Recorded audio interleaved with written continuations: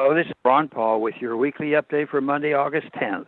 House Speaker Nancy Pelosi has proposed the next multi-trillion-dollar coronavirus relief spending bill that will support testing, tracing, treatment, isolation, and mask policies that have been part of a national strategic plan she has been advocating.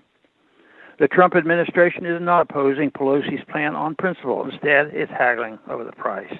But even if the strategic plan could be implemented at little or no monetary cost, it would still impose an unprecedented cost of liberty.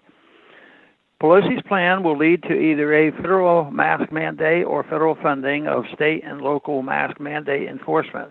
Those who resist wearing masks could be likely reported to the authorities by government-funded mask monitors. We can label this the Stasi approach to health policy after the infamous East German secret police force. Contact tracing could lead to forcing individuals to download a tracing app. The app would record where an individual goes and alert authorities that any individual has been near someone who has tested positive for coronavirus. The strategic plan could eventually include Bill Gates and Anthony Fauci's suggestion that individuals receive digital certificates indicating they are vaccinated or immune to coronavirus. A certificate would be required before an individual can go to work, to school, or even to the grocery store. The need to demonstrate vaccination for our immunity to coronavirus in order to resume normal life would cause many people to voluntarily receive a potentially dangerous coronavirus vaccine. The Trump administration has always spent billions of dollars to support efforts of companies to develop a coronavirus vaccine. Policymakers have stated that once a vaccine is developed, it will be rushed into production and onto the market. Supporters of expediting production and use of a vaccine should remember the 1976 swine flu vaccine debacle. The swine flu vaccine was rushed into production in response to political pressures to do something. The result was a vaccine that was more of a danger than the flu. Unfortunately, those who raise legitimate concerns regarding the safety of vaccines are smeared as conspiracy theorists.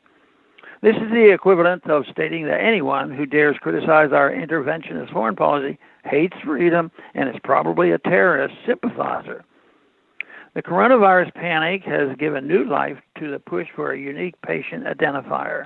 The unique patient identifier was authorized in 1996, but appropriations bills since 1998 have contained a provision forbidding the federal government from developing and implementing the identifier. Unfortunately, 2 weeks ago, the House of Representatives voted to repeal the ban.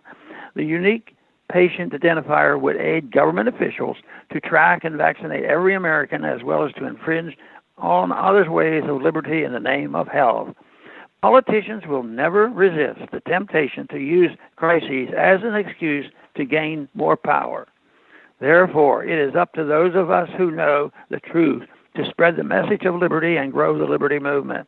A strong liberty movement is the only thing that can force the politicians to stop stealing our liberty while promising phantom security from terrorists and viruses.